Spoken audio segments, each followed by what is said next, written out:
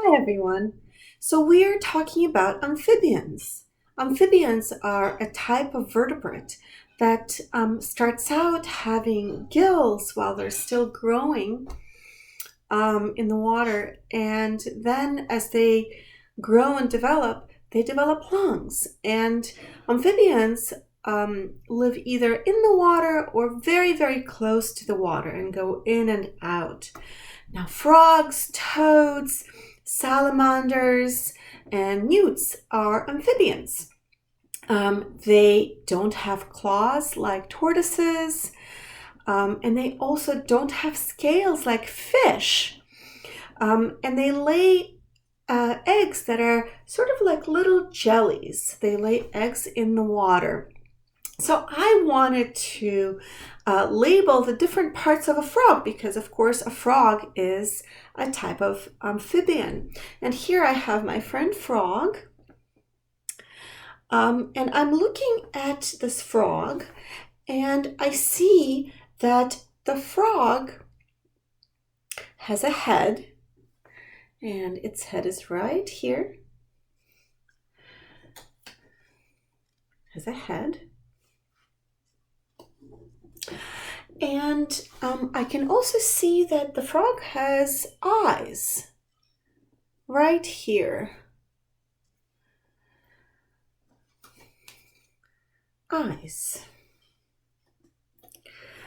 Now, I am looking very, very closely at this frog, and I see that it also has two dots right here, which represent nostrils. So the frog actually has nostrils that it uses to breathe air in and out of its body. Nostrils. And the frog also needs to be able to hear. So the frog has ears, and the frog's ears are right here, and the frog has two ears. The other thing that the frog has, of course, is the mouth, because the frog should be able to have a body part that allows it to eat food and take nutrients into its body. So it has a mouth right here at the front of its body, and it eats all sorts of different bugs like flies and mosquitoes. So it has a mouth. The frog also has a neck. Now this frog is kind of a big frog, chunky frog, so it's a little bit difficult to see its neck. So I'm going to turn the frog like this, and maybe you can see the neck right here. And the neck allows the frog to turn its head from one side to another, to be able to look around at its surroundings. So the frog also has a neck.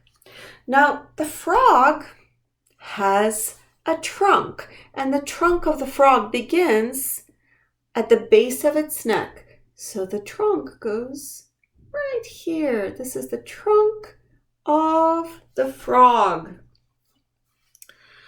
The frog also has four legs. Four legs just means that the legs are at the front of its body, and the frog has two forelegs right here. Now the frog also has hind legs.